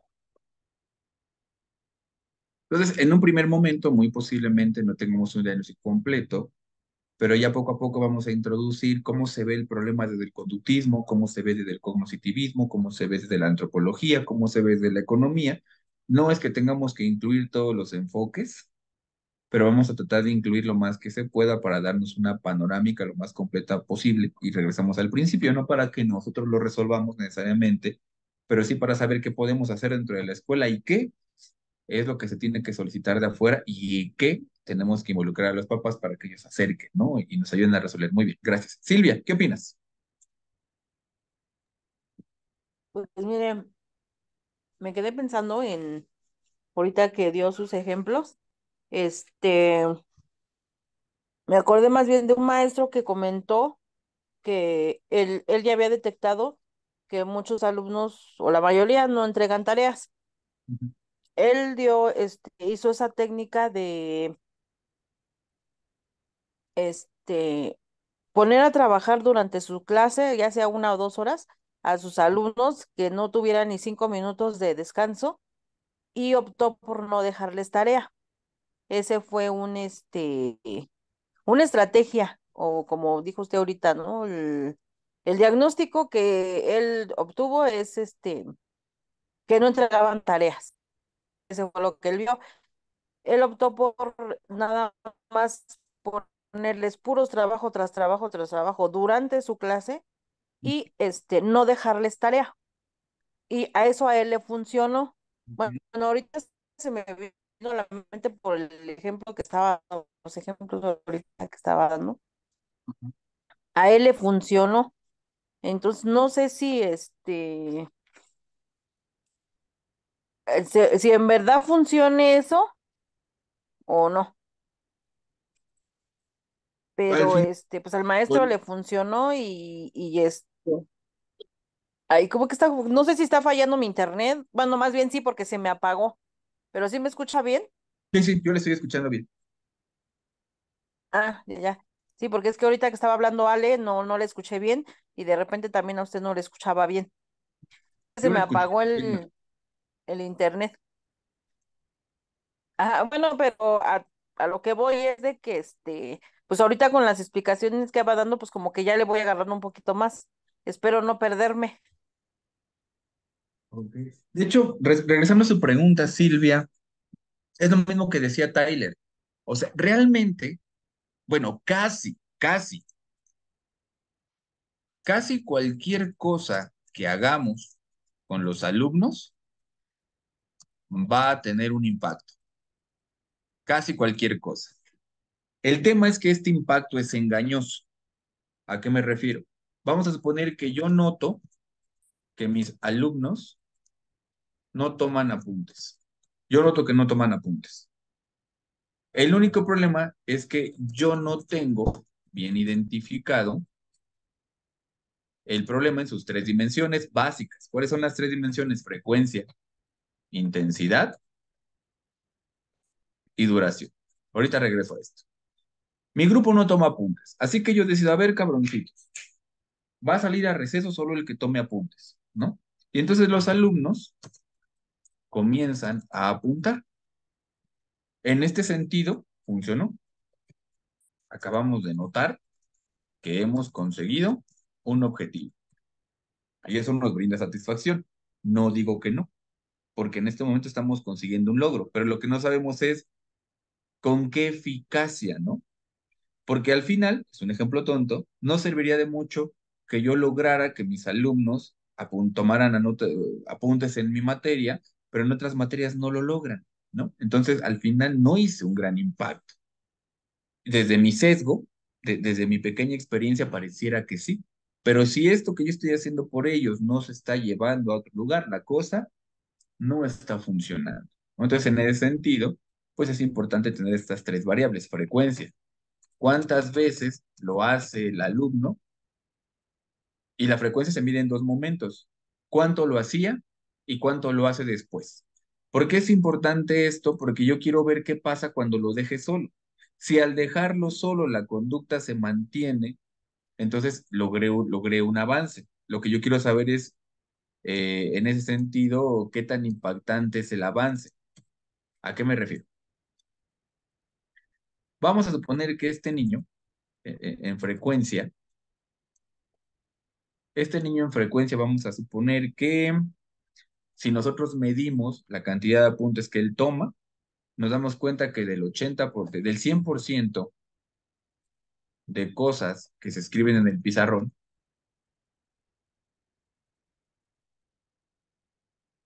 el niño anota, sin mi intervención, el niño anota antes de mi intervención solo un 50%.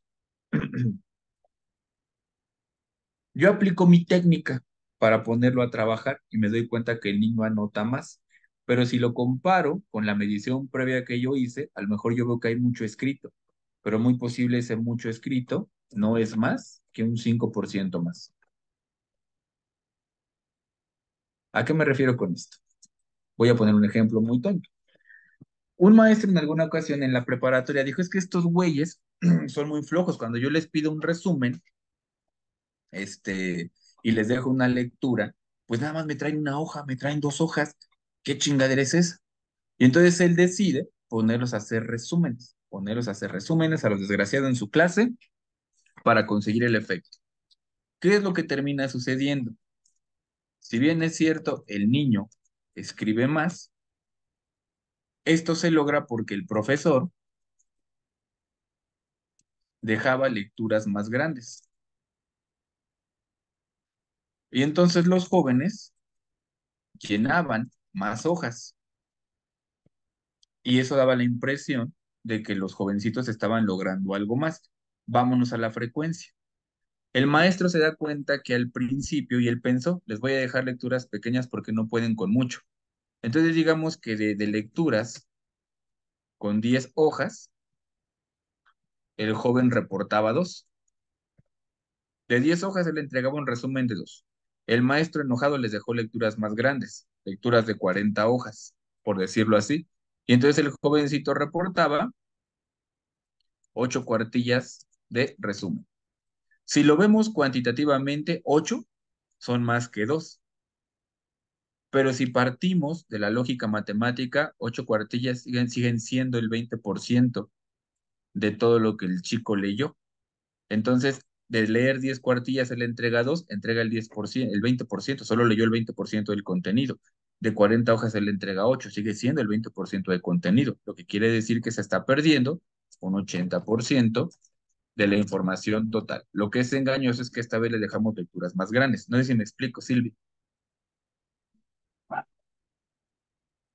Sí, profe. Entonces, de repente, solemos aplicar estrategias de este tipo de les voy a exigir más, no digo que no, pero si después de dejarles de exigir más, yo bajo la guardia y el joven se ajusta a ese nuevo bajo, no conseguimos nada. El objetivo, recordemos, según el conductismo, es que el organismo haga más de la misma conducta o la mantenga, independientemente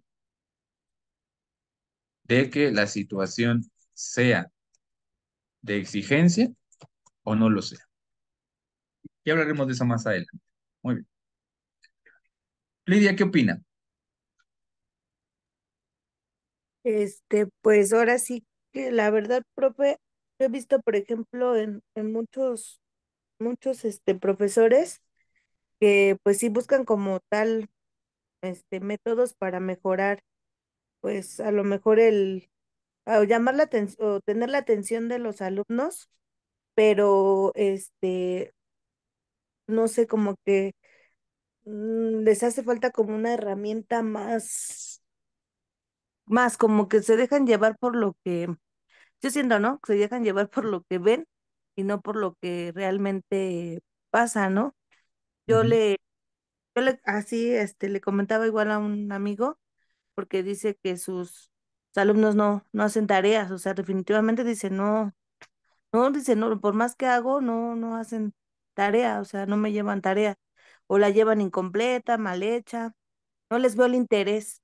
Y él decía que a lo mejor era por falta de apoyo por parte de los padres, y le digo, es que tienes que buscar realmente qué los motiva a tus alumnos, y a lo mejor cambia tu estrategia, esa tarea que les dejas, o qué clase de tarea le dejas, porque si a tus alumnos no les gusta investigar o no tienen las herramientas, pues no la van a hacer. Le digo, yo sugiero o yo siento que tienes que investigar, como qué le motiva a tu alumno para que puedas crear un cambio, ¿no? En ellos.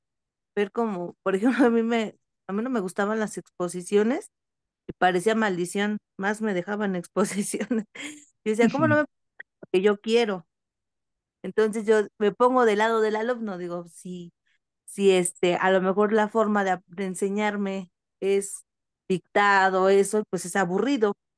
Digo, entonces, a lo mejor ver como que qué actividades son las que al alumno le llaman la atención para que tú tengas ese, ese, pues la reacción que tú quieres, ¿no? La de los alumnos. Y por ejemplo, a- a- con el conductismo, yo lo llegué a aplicar porque cuando estuve trabajando con los niños, me decían, lléveselo a los 6, ¿no? Le digo, es que la terapia es individual.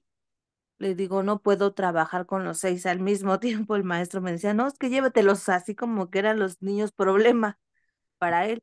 Digo, no, es que no puedo trabajar con los 6 al mismo tiempo porque su problema de cada uno es diferente.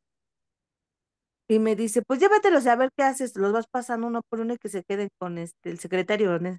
Eh, entonces, dije, a ver, voy a hacer una actividad con ellos. Entonces los metí y me empecé a dar cuenta que pues eran muy hiperactivos, ¿no? Tenían mucha energía. Y dices que el maestro nos deja copiar el libro y eso nos aburre y así cosas. Entonces yo les empecé a poner actividades diferentes. Entonces yo les decía, bueno, quiero que tú hagas esta actividad, pero hacíamos la tablita que ya nos había comentado el lunes, ¿no? Yo les ponía una estrellita yo la hice la tabla en grande, como en cartulina, a tamaño cartulina, y le ponía sus nombres. Y cada que ellos hacían la actividad en la, este, en, yo lo manejé. A ver, ¿sí hiciste la tarea que te dejó tu maestro? Sí, me calificó. Ah, tienes tu estrellita. O sea, yo lo hice por fuera, ¿no? No como dentro del aula. Este, porque el maestro se quejaba mucho en ese entonces de que no cumplía con tareas, que eran los niños problema, que se paró, que ya molestó al compañero. Entonces, todas esas conductas, las utilicé, bueno, ¿cuántas veces te paraste hoy? Ah, porque hasta para ir al baño era de a cada rato, ¿no? Y le digo, o sea, todo eso lo fui manejando con las estrellitas. O sea, al día tenía que ganarse 5 estrellitas. Y al final de la semana yo le iba a dar una recompensa, un premio. Pero yo mis premios eran ¿cómo se llama? Juegos de mesa, o sea, no regalárselos como tal, sino que Ujú. si ellos cumplían este de lunes a viernes con sus actividades, el próximo lunes íbamos, en lugar de clase, era o de terapia o de sesión, era un juego de mesa, jugar con todos sus demás compañeros. Y pues me funcionó porque los estos eran 6 niños y redujo ahora sí que su problema al maestro y conmigo pues estaban trabajando bien. O sea, fue algo extra aparte o sea, de la terapia que les di. Igual lo que yo implementé mi propia terapia porque me basaba en ay, se me olvidó el autor de Beck, no, Beck, no me acuerdo cómo se llama, de hacer 5 sesiones seguidas, ¿no? Cada semana, con las personas y dejar un mes de espacio y una sexta para que no se apegaran a la terapia, que solo se sintieran bien con la terapia o yendo, que no hubiera como ese vínculo conmigo, ¿no? Porque me pasó con una chica que le estaba dando terapia y era así como que solo estoy bien si hablo contigo. Entonces dije, para que no me pase eso, y con los niños, porque con los niños así como que solo iban a trabajar porque pues yo les estaba dando un premio, dije, voy a hacerlo para que no, o sea, alejarles, ¿no? A lo mejor el premio, o sea, ahora me van a hacer más estrellas o ahora dentro de un cierto tiempo te voy o sea, le cambiaba yo la semana. La primera vez fue una semana, luego a 15 días, y luego a 20 días y así, para que pues ellos no se acostumbraran a recibir algo. Si yo lo hago, pues recibo algo. Porque una mamá se me hizo la observación, me dijo, es que él trabaja porque le da a usted algo y yo no tengo la posibilidad de darle nada. Y le digo, sí tiene la posibilidad, algo que a él le gusta, usted se lo puede dar. Y a a lo mejor no es necesario a lo mejor como tal un premio, luego a lo mejor, como usted comenta, la tele, el celular, a lo mejor te presto el celular, luego hay muchas formas que a veces en el momento pues solo pensamos en darle, en comprarle algo, ¿no? Pues les explicaba así tanto a los padres de familia de esos niños como al maestro, que hay otras maneras sin tener que gastar extra. Entonces, me funcionó pues este, ¿cómo se llama? Esta dinámica con ellos y pues ya dije, algo que ahora sí observando a mis alumnos que eran en ese tiempo mis pacientes, me pude dar cuenta de cuál era su motivación o cuál era su problema de ellos. Y yo siento que a lo mejor eso deberían de ser los maestros. A lo mejor no va a ser uno por uno, pero sí grupal. O sea, algo debe de llamarles la atención grupalmente, ¿no? Porque pues de a uno por uno va a ser muy difícil, pero sí buscar como qué los motiva o qué no les gusta para que cambien la estrategia bueno, para que aprendan. Y por ejemplo, yo le estaba comentando que quería yo implementar, bueno, ahorita con lo que de mi trabajo, pasándome a mi trabajo, este, a lo mejor un no, como usted había dicho, un psicólogo para los maestros, pero yo decía que una terapia, un masaje, algo así, Sí. para los maestros en el consejo técnico, o sea, darles, o sea, en lugar de implementar eso, ¿no? Que en los consejos técnicos, aparte de pues lo que tengan que hacer sus actividades, a hacerles como una hidroterapia, no sé cómo se le podría decir que yo hice eso en la escuela donde trabajé, les hice una terapia de como un sensorama y pues quedaron muy contentos, relajados y trabajaron a gusto, por lo menos ese día. Eso fue lo que me dijeron, o sea, que tuve un buen resultado. Dije, a lo mejor hacer eso a lo mejor no directamente yo, pero que la directora implementara eso en los consejos técnicos, una hora de relajación para los maestros, dije, a lo mejor reduciría mucho su estrés, sus problemas, no sé, eso ahorita que todo lo que dice yo, esa sería mi solución, observando lo que los problemas que me arrojaron con la entrevista. No sé no sé si se pueda, pero lo voy a hacer. Ok, me gusta la idea, podría ser, ¿eh? Más o menos así.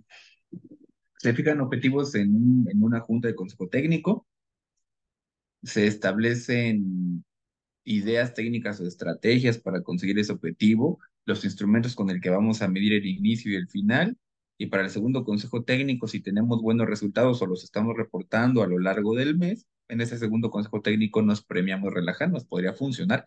Gaby, adelante. Sí, ahorita escuchando a Lidia, Ujú, eh, este, también hay una cosa que, bueno, ahorita yo hablo como maestra. ujú. Eh, a veces los maestros sabemos o pensamos cuál es el error y no lo reconocemos. Por ejemplo, yo sé que mi grupo no está avanzando, que hay problemas y empiezo a ver, pueden ser los papás, los mismos alumnos, y no se dan cuenta o no piensan, ¿seré yo? ¿Estoy yo haciendo bien mi trabajo? Estoy, atrapando al alumno en mi clase para que lo tenga yo atento a la clase. Entonces, es una parte que la verdad difícilmente yo creo que alguien lo va a decir. Soy yo estoy mal por esa razón, como maestro, lo vuelvo a repetir, y creo que como seres humanos, ¿no? Es muy difícil decir, chin, ya la regué, yo tuve la culpa o yo tengo la culpa, ¿no? Entonces, creo que ese es otro de los problemas a los que nos enfrentamos los maestros, el que buscamos qué otros problemas hay. en nuestro alrededor y eso entra también, por ejemplo, en lo que vemos de la parte del diagnóstico. ¿Cuáles son los signos, ¿no? Que estoy viendo ahí? Eh, este, y pues, o los síntomas para ver cómo o qué tratamiento le puedo dar. Ujú. Entonces, ese sería mi participación. Y me gusta lo que escucho, Gaby, porque justamente lo que tú platicabas, vamos a la historia de la evaluación. Originalmente los instrumentos de evaluación venían de afuera, es decir, a los alumnos los evalúa el maestro, ¿no? Y el problema de que los evalúa el maestro es que hay alguien que te juzga y en ocasiones ese juicio es notificado a los demás. Los maestros eran evaluados por los directivos eran evaluados por, ¿no? Y aquí generábamos enemistades, tensiones, sí, sí se notó. Con el tiempo, el problema de esto es que se dieron cuenta que si bien es cierto era importante evaluar la situación emocional que tenemos cada uno de nosotros, más nuestra historia de vida generaba estas complicaciones. Así que se integran instrumentos de autoevaluación. Entre estos instrumentos de autoevaluación, por ejemplo, se comenzó a manejar en algunas escuelas cosas como el diario de trabajo para maestros y el diario de actividades para alumnos, que consistía en solicitarle al maestro como al alumno que hiciera como una pequeña reflexión de. Se les enseñó, evidentemente es un proceso de educativo, ¿no? Enseñarle al alumno cómo mirarse, enseñarle al maestro cómo mirarse de manera metódica. Y se les enseñó a pensar cosas como qué hice hoy, en qué fui bueno, en qué no lo fui, qué puedo hacer para mejorar, etcétera, ¿no? Se les fue enseñando y ellos hacían sus propios registros o sus propias capturas de lo que hacían. Funcionaba como ejercicio cognitivo porque le permitía a la persona pensar. A esto se le llama metacognición. ¿Qué es la metacognición? Bueno, cuando estamos en el aula, si pensamos en algo, estamos pensando en el presente. El maestro está pensando en qué voy a hacer, ¿no? ¿Qué voy a enseñar?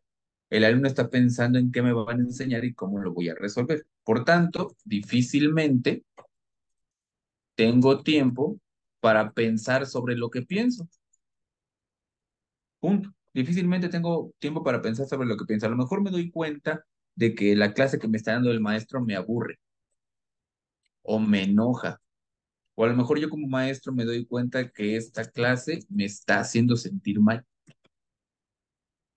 Y estoy preocupado porque no quiero ser grosero con mis alumnos. Estoy pensando y actuando en el momento, ¿no? Bueno, el diario de campo me permite, o en este caso el diario de trabajo, me permite escribir lo que hice.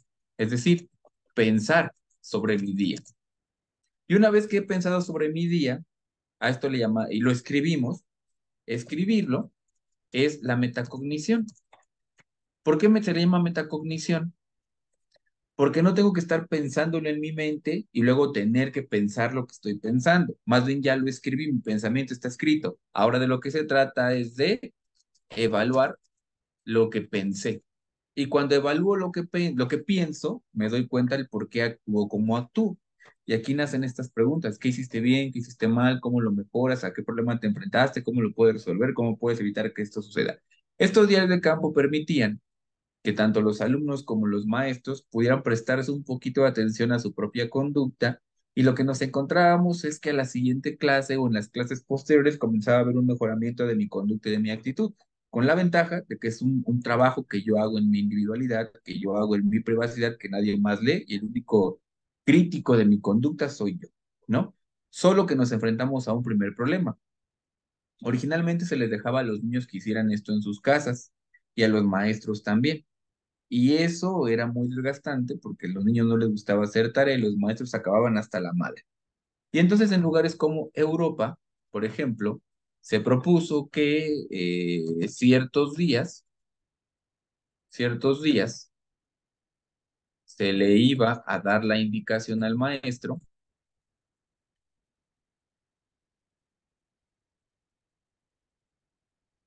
de terminar su clase una hora antes. Y esa hora se dedica al diario. De forma tal que el maestro no lo vea como una actividad extra, sino como me voy a relajar porque me dan una hora para pensar en mi clase, me van a seguir pagando. Y el alumno es una hora para ya no estar haciendo las actividades de la escuela y además me funcionan a mí para conocerme. Entonces aquí también implica un acto de política pública, que si el maestro lo va a hacer no le genere problemas, más flexibilidad en la planeación, ese largo, etcétera. Y aprovechando lo que decía Gabriela, esta es una herramienta que funciona, no es de la noche a la mañana, primero se tiene que enseñar, luego se tienen que buscar los espacios para hacer esto, te permite a ti ser juicioso contigo mismo, crítico contigo mismo, identificar si este problema tiene que ver con situaciones internas dentro de la escuela, articulando, la gente se vuelve su propia diagnosticadora, su propia generadora de tratamientos y su propia evaluadora. ¿Qué opinas, Gaby?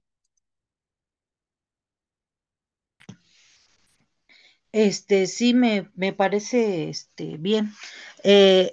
Aquí, como dice, es hacer,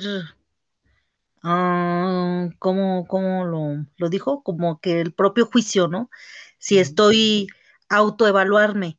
Esa parte creo que es muy difícil que la hagamos. A lo mejor sí, muchos la hacemos, pero no queremos como que, no quiero que vean que soy yo la que estoy fallando, mejor como que mejor los papás, ¿no? O los alumnos. Entonces empiezo a buscar culpables y no asumo a lo mejor mi responsabilidad.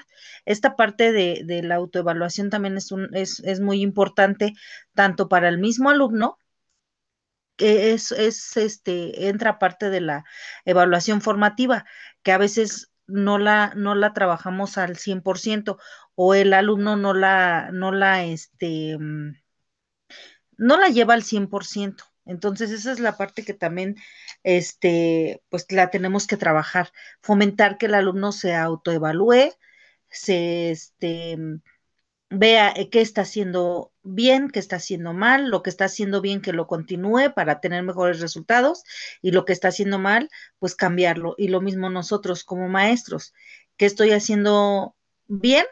Pues continuarlo de esa manera o mejorarla, porque pues siempre hay muchas estrategias y nunca vamos a tener a los mismos alumnos iguales. Entonces, siempre cambia, hay que buscar nuestra forma pues sí, de la enseñanza hacia ellos. Entonces, pues ese es mi comentario. Y fíjate que, de hecho, hay un manual mexicano que habla de eso, ¿no?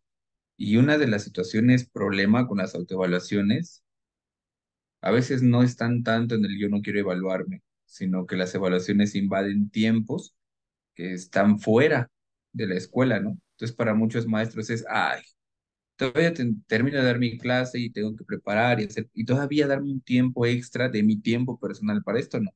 Y con el alumno pasa lo mismo, ¿no? Me lo dejan de tarea y tener que dedicarle tiempo, el alumno lo hace porque tiene que cumplir con el propósito, pero como le estamos invadiendo algo que es su espacio, lo mismo que pasa con el maestro, mucha gente no lo hace y si lo hace, no lo hace de calidad. Entonces, este manual comenta que en algunos países se utilizan los mismos espacios de clase para realizar esta actividad. Se considera al alumno, se considera al maestro en su sueldo y al alumno en su calificación y es más fácil porque no estamos tomando tiempos o no estamos invadiendo tiempos que vayan más allá de lo que ya está preestablecido en la formación educativa. ¿Ibas a decir algo, Gaby? Sí, lo que pasa es que esa es otra parte que yo he escuchado en mis compañeros y creo que a lo mejor hasta yo misma ahorita lo pienso. Efectivamente, a los maestros nos saturan de mucho trabajo, demasiado. No sé si nada más en el nivel primaria, pero en comparación, he trabajado con maestros que estuvieron en preescolar y llegan a primaria y me hacen esa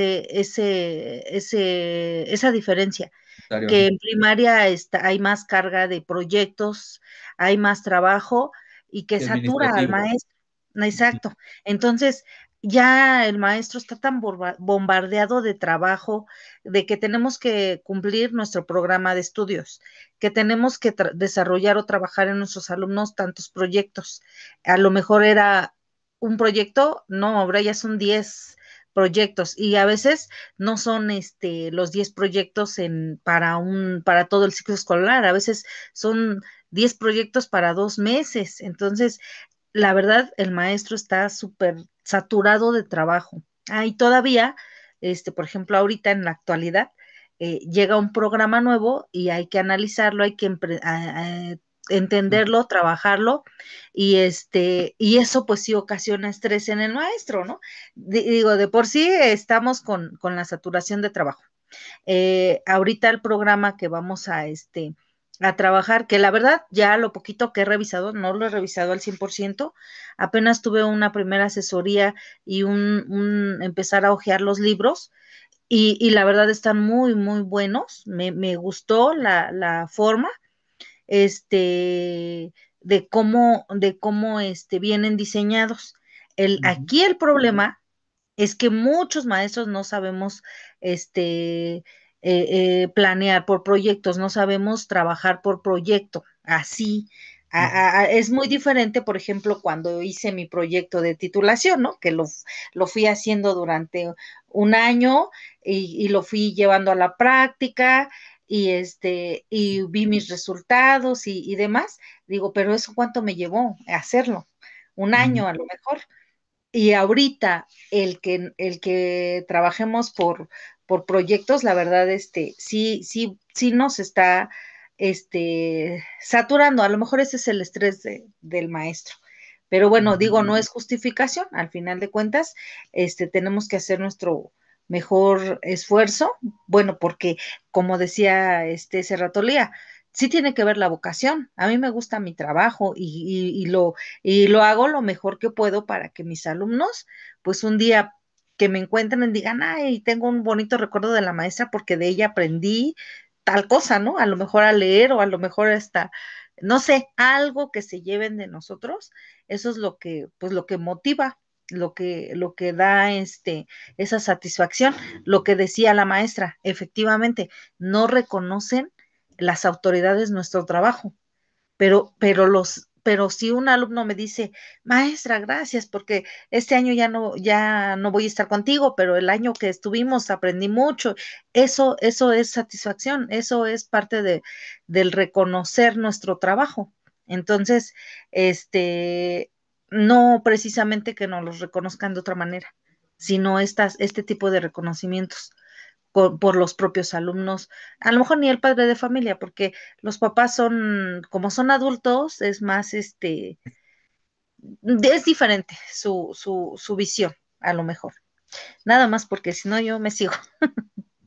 Lo que pasa es que tocas temas muy importantes, porque, por ejemplo, incluso en la docencia hay un discurso social interesante. Por ejemplo, no conozco un trabajo mexicano sobre los discursos de la docencia. ¿Por qué menciono esto? Porque en nuestra cultura, por ejemplo, sí podría ser, Lidia.